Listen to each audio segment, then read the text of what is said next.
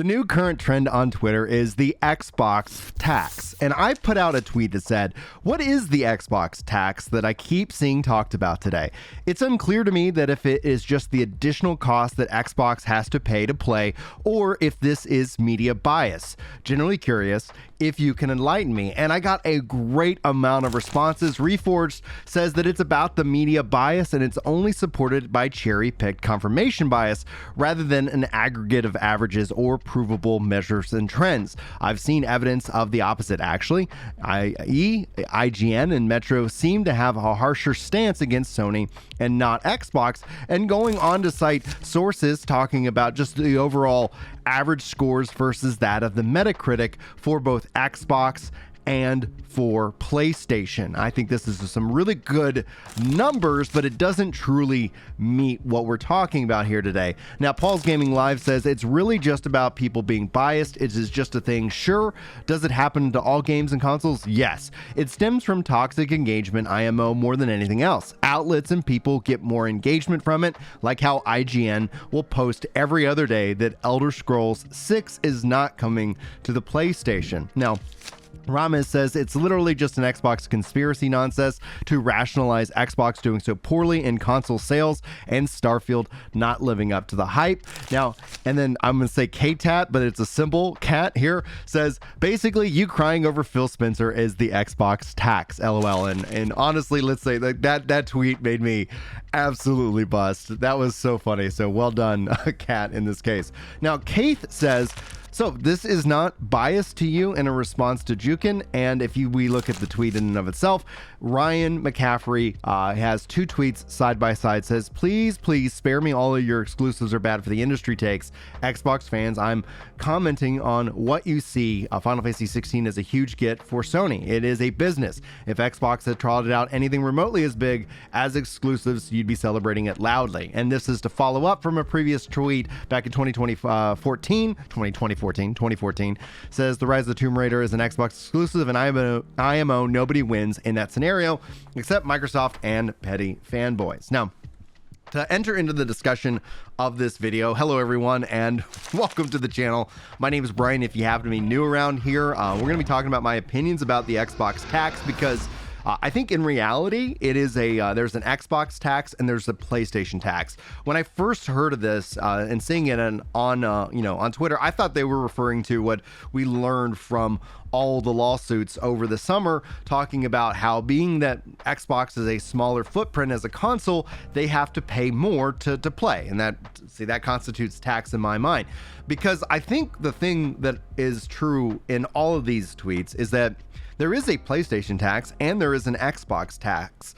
They're going to be different. There's always going to be bias because when it comes to any kind of coverage, especially coverage that isn't rooted in kind of news, like here's what's happened, here's the information, it is all then subject to opinion. Everything is shifted into editorials. This could be considered an editorial right here. And that ends up meaning that no matter what, there's an angle and there is essentially an incentive for these things to exist.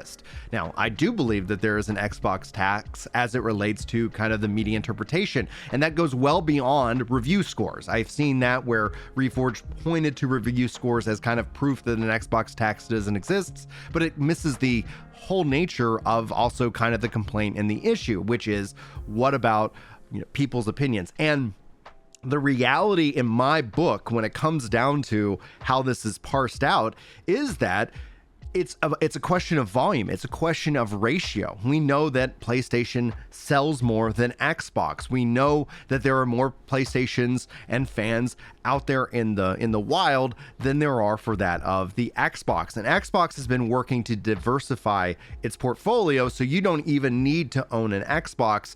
And what we're seeing here, what I feel like a lot of the PlayStation tax and Xbox tax is, especially as it relates to 2023, is that we've seen so many really good games. In respect that you didn't have to like Starfield, I thought it was incredible. I felt like it was my game of the year until Super Mario Wonder, but that is just my opinion. That is just where I come from and what I'm enjoying. And then you go and play Star Citizen and you're like, holy crap, Starfield, if they ever do a sequel, they need to talk to that team about that Star engine. And that's pretty much really where it should be in that respect. But beyond like somebody's particular interpretation, it's also about the coverage and how things are talked about. We've seen over this year multiple times, like IGN excluding Xbox from the list of, a multi-platform game that was going everywhere. And one time is understandable.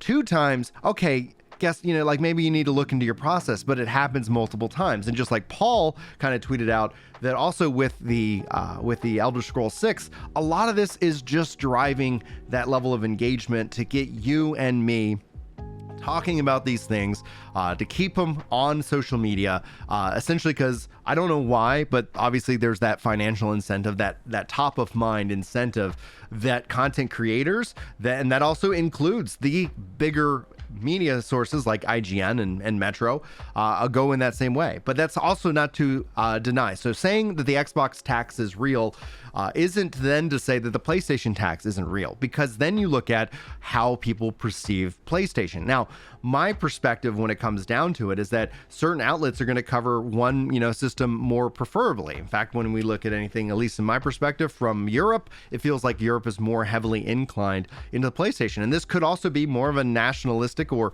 kind of regionalistic, kind of history, but it also kind of is rooted in our history and where we first had these experiences. So being that PlayStation has dominated more generations than Xbox, and I would give Xbox the 360 kind of that generation, but they really kind of shot themselves in the foot with the Xbox One. You end up having people stepping into the world of gaming for the first time and having these experiences, and basically, in a way, for lack of a better word, imprinting on whatever that console is.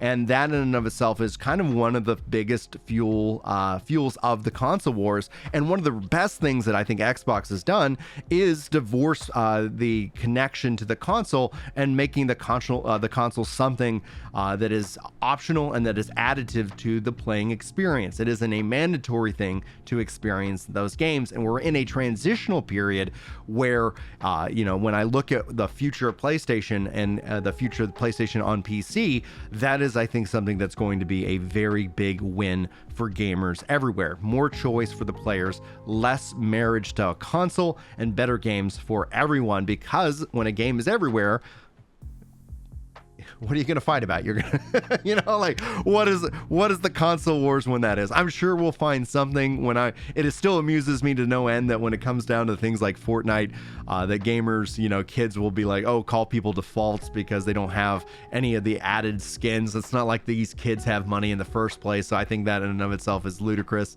but kids will be kids.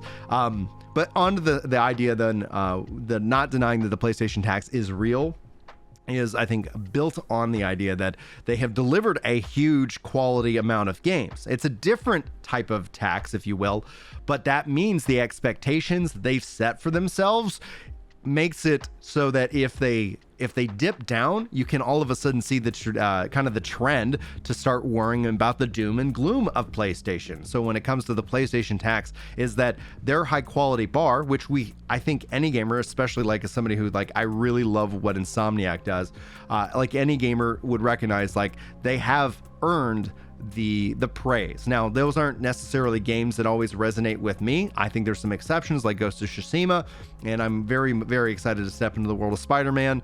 My whole thing is just a limit of time. So as a TLDR, 6 kids keeps you busy, and hopefully we'll do some more games. But when it comes down to it, I think if we're gonna wrap up this video with one final thought, the Nintendo tax, what does that even look like? And I think essentially they're beholden to their hardware, and the lack of technological process and progress is frustrating to me as a player. The fact is, Tears of the Kingdom, 20 frames per second, I find that to be infuriating because I know it could be better, and that in and of itself looks at the upcoming and emerging handheld market as a way of adding more value to me as a gamer, with cloud gaming as well, for some who have the internet and can support that as an option to be able to play these games.